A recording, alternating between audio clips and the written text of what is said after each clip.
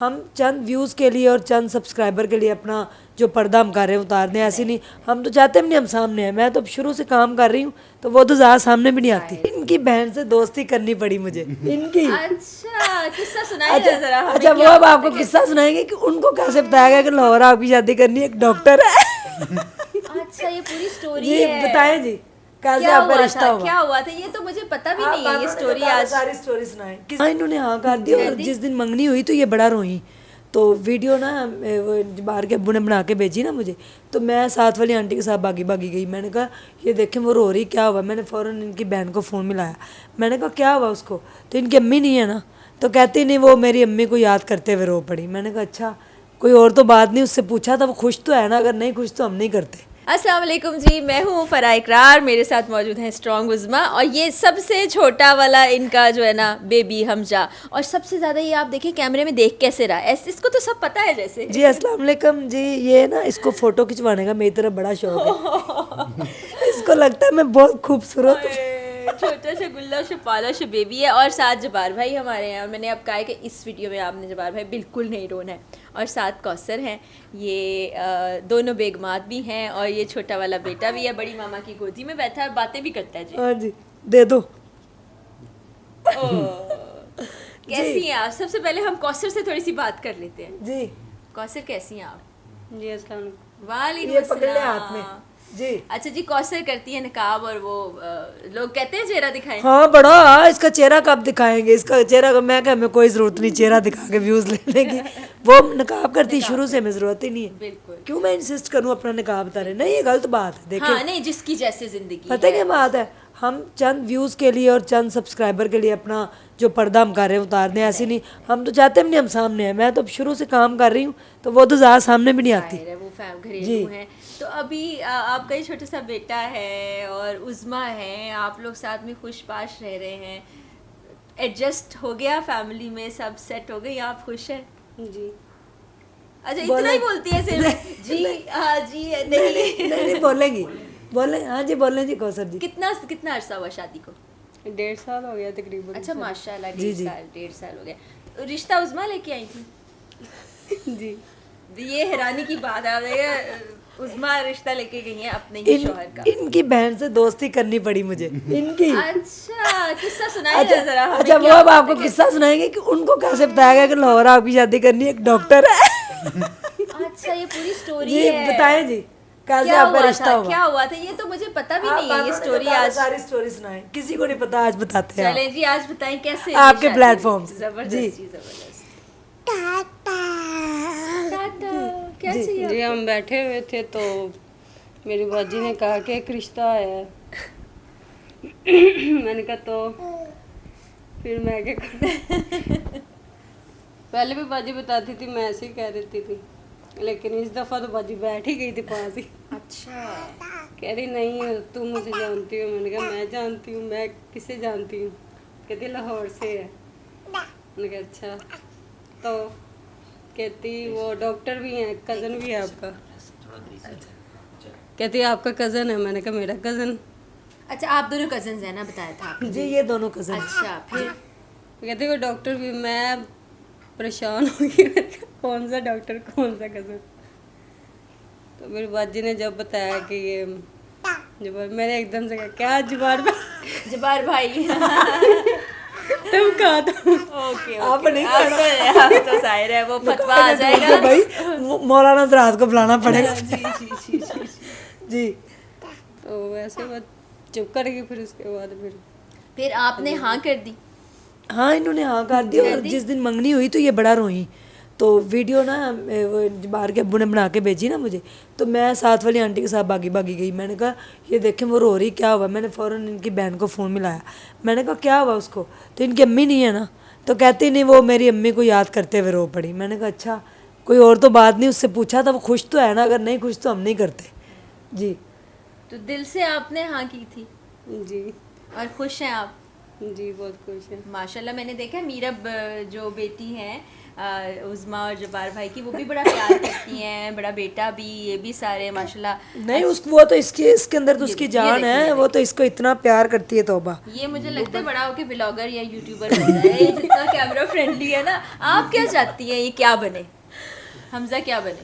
हाँ बताओ, मेरे सारों से पूछूंगी, माइक तो नहीं देना, माइक तो नहीं देना। जो बाजी उज़मा बनाएगी वही बने। अच्छा, वो प्यार भी ज्यादा उज़मा से ही कर रहा है, वो उधर कौसर के पास तो बिल्कुल नहीं जा रहा, उज़मा ये के मेरा पास बेटा ही आ जो है छोटा बड़ा हाँ, प्यारा। उज़मा में बच्चों के लिए ना एक खास प्यार है, वो इनकी मैं तो ना- अडॉप्टेड बच्ची भी है। असल में पता है क्या बात है, मेरी जब शादी हुई ना पहले फर्स्ट, तो मेरी बड़ी ख्वाहिश थी कि मेरे 7 बेटे हों, माशाल्लाह। पर किसी ने कोशिश ही नहीं की।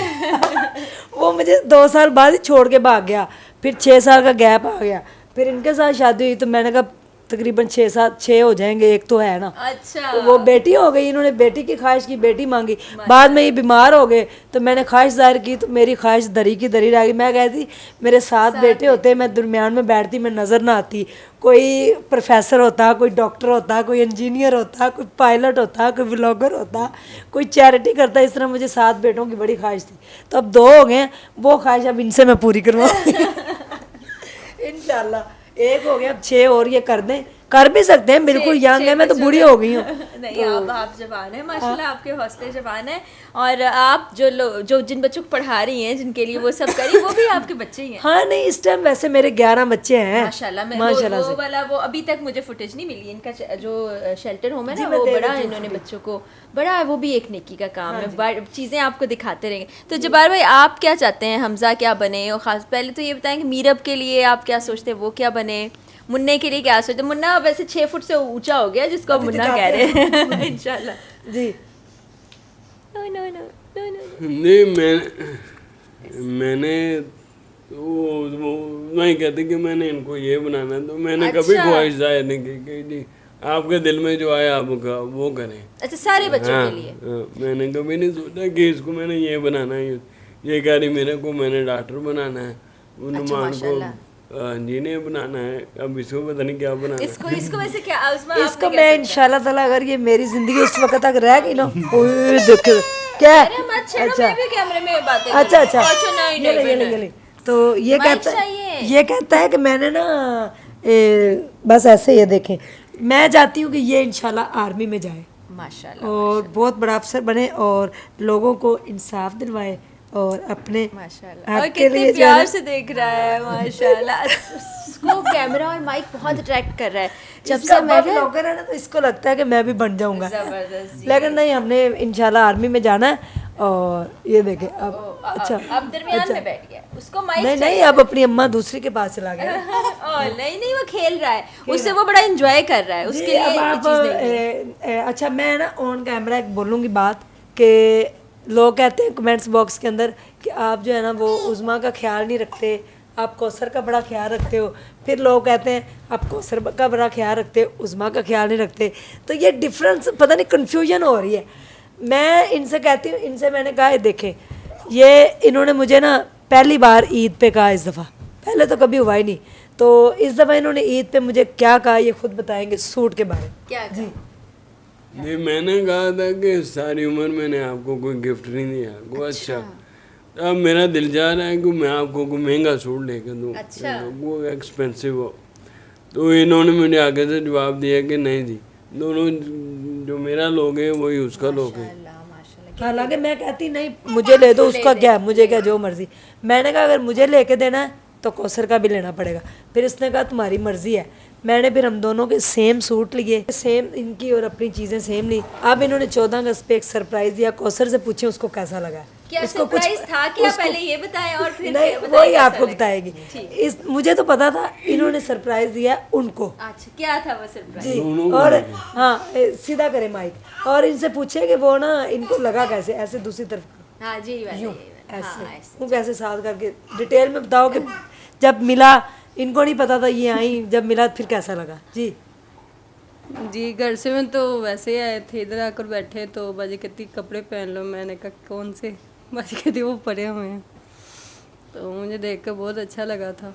अच्छा, नया ड्रेस मिला था जी, दोनों को एकदम छोड़ा से दस पे। सरप्राइज मिले तो अच्छा अच्छे लगते हैं। लगता है, जबरदस्त लगता है। तो फिर बाजी कह रही कि नहीं मैंने नहीं दिया, ये जुबाड़ ने दिए उन्हें। मैंने इनको पिछले हफ्ते सूट लेके दिया था, क्योंकि शॉपिंग करने मैं भी इतना नहीं जाती, बस जाऊँ कोई चीज़ पसंद आ जाए मैं ले आती हूँ बच्चों के लिए, सबके लिए। तो बाहर ने कहा ये लो पैसे, मीरब का, कौसर का और अपना सेम सूट बनाओ।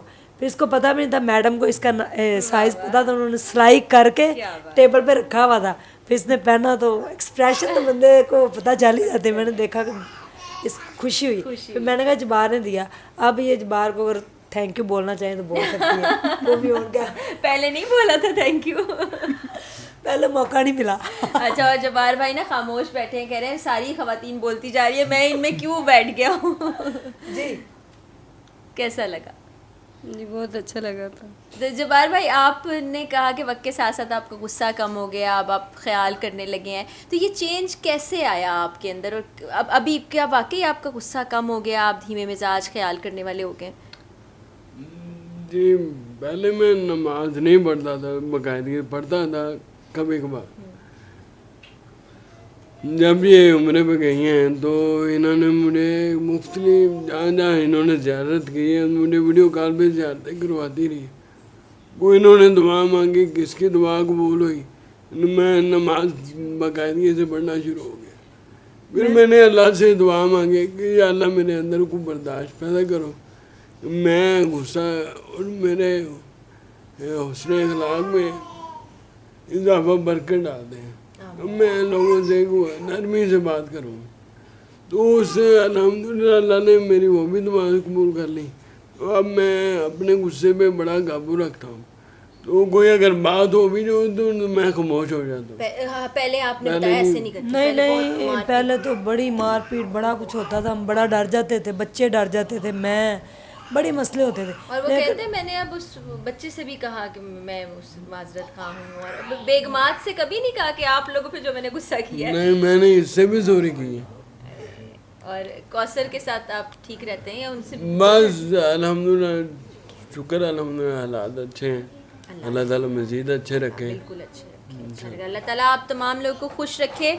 और आज मैंने सोचा कि सब घर आई हूँ, सबसे बातचीत करें, गपशप करें, और सब आपके सामने। अब देखें कि लोग सवालात करते हैं, अक्सर मुझसे भी करते हैं, आपसे भी करते हैं, कमेंट्स करते हैं, उनको हालात का पता होता नहीं है। 2 बीवियाँ हैं, फलानी के साथ ज्यादा है, ये उसके पता साथ नहीं कम होता है। किसी को। अब लोग कह रहे हैं कौसर के साथ जुल्म हो रहा है, तुमने अपने मियाँ को फंसाया हुआ है, उसके पास जाने नहीं देती। ये कर करके लोगों ने मुझे तंग करके अपने घर से निकलवा दिया। हम एक ही घर में ऊपर नीचे रहते थे, तो लोग रोज़ कहते तुमने उसको नौकरानी बनाया हुआ है, तुमने उसको नौकरानी बनाया हुआ है। फिर मैं लैदा हो गई, मैं इधर सिलाई स्कूल में आ गई हूँ। तो अब ये अपना वो व्लॉग बनाते हैं ना, तो जब ये व्लॉग बना रहे होते हैं लोग कमेंट में उस दिन कह रहे हैं हमें कौसर और हमजा चाहिए, मीरब और मुन्ना बिल्कुल नहीं चाहिए, तो आप इनके साथ ज़्यादा रहा करें, आप उनको छोड़ें। तो हम इधर आ गए, तो फिर मैंने उनको उधर भेज दिया। मैंने कहा आप दोनों इकट्ठे रहें, जो भी है। लोगों को कख नहीं पता होता जो भी मामला। अब देखें, मैं आम दूसरे व्लॉगरों की तरह तो हूँ नहीं, अपने घर की हर इन्नी भी नहीं। आज बार ने मुझे लव यू बोला, आज बार ने मुझे थप्पड़ मारा, आज मैंने भिंडियाँ पकाई, आज बार ने कौसर को छेड़ा। हम इस तरह की वल्गैरिटी तो फैलाते नहीं ना, हमें कोई ज़रूरत है। आज तक हमने उसका चेहरा नहीं दिखाया। लोग कहते हैं तो हम इस तरह के लोग नहीं, हमारी ना फैमिली थोड़ी डिफरेंट है। ये मेरे पूरे ददयाल, ननियाल और ये ससुराल की तरफ से पहली मैं हूँ जो इस तरह से आई हूँ बाहर, यानी कि मीडिया पे। वो भी मेरी एक स्टोरी थी, मेरे मुन्ने ने कहा कि लोगों को पता चलना चाहिए, इससे लोगों को मोटिवेशन मिलेगी। और फिर लोग रिलेट भी करते हैं। अभी देखें ना, आपको फैमिली का कुछ नहीं पता, जब आप कमेंट्स करते हैं तो देखें वो बता रही हैं कि कैसे प्रॉब्लम भी होती है, लोग सफ़र भी करते हैं। तो जजमेंटल ना हुआ करें, आपको किसी के हालात वाक़यात नहीं पता। कभी आपको कोई मुस्कुराता चेहरा नज़र आता है ना, तो आपको पता नहीं होता उसके अंदर कितने दुख छुपे हैं। और इस तरह किसी के बारे में नई राय कायम करनी चाहिए। बड़ा अच्छा लगा सबसे मिलके। अल्लाह ताला आप सबको खुश रखे। और जिस तरह से ये रह रहे हैं, मैंने तो देख लिया है, आपने व्लॉग के ज़रिए से देख लिया है, और फिर मुलाकात होगी। अभी उज़मा के बेटे से भी मैंने आपको मिलवाना है, और अंकल जी से भी हम मुलाकात करेंगे। जब मैं उम्रा करने गई हूँ, उम्रा करने गई मैंने ना, जब इनको कोमे में चले गए तो मैंने अल्लाह से दुआ की। मैंने कहा या अल्लाह पाक इनको सेहत दे दे, ये कभी नमाज नहीं छोड़ेंगे। अच्छा, माशाल्लाह, वो नमाज जबार के लिए इन्होंने नहीं पढ़ी। 9 मीरब क्या मसला है, इन्होंने 9 साल नमाज नहीं पढ़ी।